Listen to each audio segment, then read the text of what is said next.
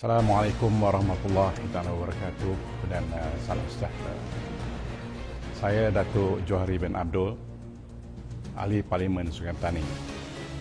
Pada 21 Mac 2011 yang lalu, rakyat Malaysia dikejutkan oleh paparan video lucah oleh 3 individu yang memperkenalkan diri mereka sebagai Datuk T. Apa yang saudara dan saudari bakal saksikan adalah bukti-bukti jelas dan terang bahawa video hitam putih ini dirakam dan disebarkan kepada umum dengan tujuan untuk menjatuhkan Datuk Seri Anwar Ibrahim, Ketua Pembangkang Parlimen Malaysia. Seperti yang kita tahu, Datuk T adalah gabungan bekas Ketua Menteri Melaka Tan Sri Rahim Tamici, bekas Bendahari Perkasa Datuk Shuaib Lazim, dan Ahli Penjagaan Syahril SK Abdullah. Saya adalah Ahli Parlimen Parti Keadilan Rakyat yang pertama ditunjukkan video ini oleh gandingan Datuk T ini. Saya menonton video ini pada petang 21 Mac 2011. Saya juga adalah orang yang mendedahkan identiti Datuk T, 3 orang ini sebelum mereka sendiri mengakuinya. Saya akan menguraikan lebih lanjut mengenai isu Datuk T ini dan juga apa yang berlaku pada hari saya diundang oleh mereka untuk menonton video berkenaan. Terlebih dahulu saya ingin mengupas kandungan video ini sendiri dan tuduhan fitnah. Kononnya pelaku dalam rakaman adalah Datuk Seri Anwar Ibrahim.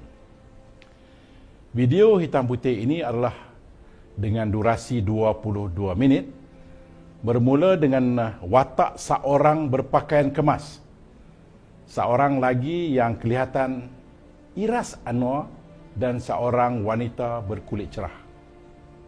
Perkara pertama yang membuat saya mencurigai dakwaan Datuk T ini adalah apabila pelaku video dilihat memakai cermin mata.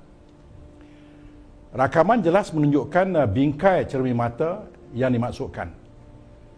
Kita semua tahu bahawa Datuk Seri Anwar pernah memakai cermin mata sebelum dan semasa beliau dalam kerajaan. Namun sekarang tidak lagi, setelah beliau menjalani pembedahan lasik 2 tahun lalu. Perkara kedua yang begitu ketara dalam rakaman video ini adalah bentuk badan pelaku. Perut boroi dan dengan izin tetek yang labuh. Begini bukan perwatakan Anwar. Pelaku gemuk dalam rakaman ini mempunyai iras wajah Datuk Seri Anwar, namun susuk tubuhnya jauh lebih besar daripada Ketua Pembangkang ini. Selain perut dan dada yang berlainan, punggung dan belakang pelaku ini juga terlalu besar dibandingkan dengan Anwar. Satu lagi perbezaan ketara ialah rambut pelaku lelaki dalam video ini digunting rapi dan gaya selop belakang. Anwar hadir di mahkamah untuk perbicaraan 21 Februari 2011 dan disiarkan gambarnya oleh akhbar tempatan pada 22 Februari 2011 dengan jelas menunjukkan rambutnya tidak digunting. Seperkara lagi, cuba kita perhatikan hidung pelaku video dan bandingkannya dengan hidung Anwar. Hidung pelaku ini adalah mancung, panjang dan tirus. Kita lihat pula hidung Anwar. Batang hidung Anwar, beliau jelas lebih pendek dan pesek. Perbezaan ini amat ketara dan menjadi petunjuk jelas yang orang dalam video ini bukan Datuk Seri Anwar Ibrahim. Dan ini satu lagi fakta. hanya orang yang rapat dengan Datuk Seri Anwar akan perasan. Anwar sentiasa menggunakan tali pinggang pada seluarnya. Lelaki dalam video ini berseluar tanpa tali pinggang. Baiklah, setelah memperinci susuk tubuh pelaku dan membandingkannya dengan badan Anwar, kita tinjau pula beberapa aspek lain video ini.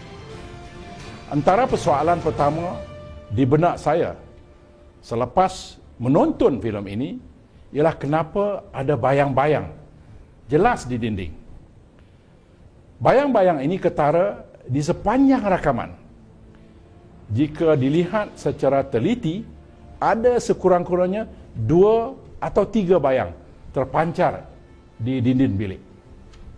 Apakah yang dapat kita rumuskan daripada bayang-bayang yang muncul dari awal hingga akhir rakaman? Bayang-bayang ini tidak akan wujud jika tidak ada pancaran lampu di dalam bilik ini. Lampu yang dimaksudkan adalah cukup terang untuk menghasilkan bayang-bayang sebegini.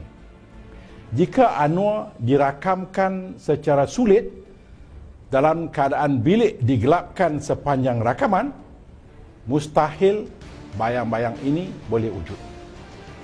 Bermakna pelaku dalam video ini beraksi dalam keadaan bilik yang terang. Justru adalah tidak logik untuk mengandaikan Anwar merelakan dirinya dirakam berkelakuan sumbang di bawah pancaran lampu yang terang benderang. Bukan saja Anwar, saya rasa tidak ada sesiapa pun akan merelakan diri mereka dirakam dengan silauan cahaya sebegitu, kecuali jika mereka rela aksi mereka dirakamkan untuk tujuan tertentu. Persoalan seterusnya ialah kenapa video ini dalam hitam putih dari awal hingga akhir. Kita sedia maklum hampir semua rakaman CCTV di zaman ini adalah dalam bentuk video warna bukan hitam putih. Ini terbukti di mana-mana saja, tidak kira CCTV di kedai runcit, di hotel, ataupun bangunan pejabat.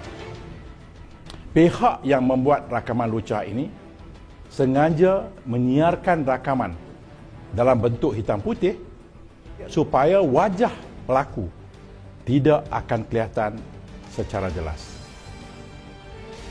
Visual hitam putih akan mengkaburkan wajah pelaku dan membuka ruang untuk melontarkan fitnah terhadap Anwar.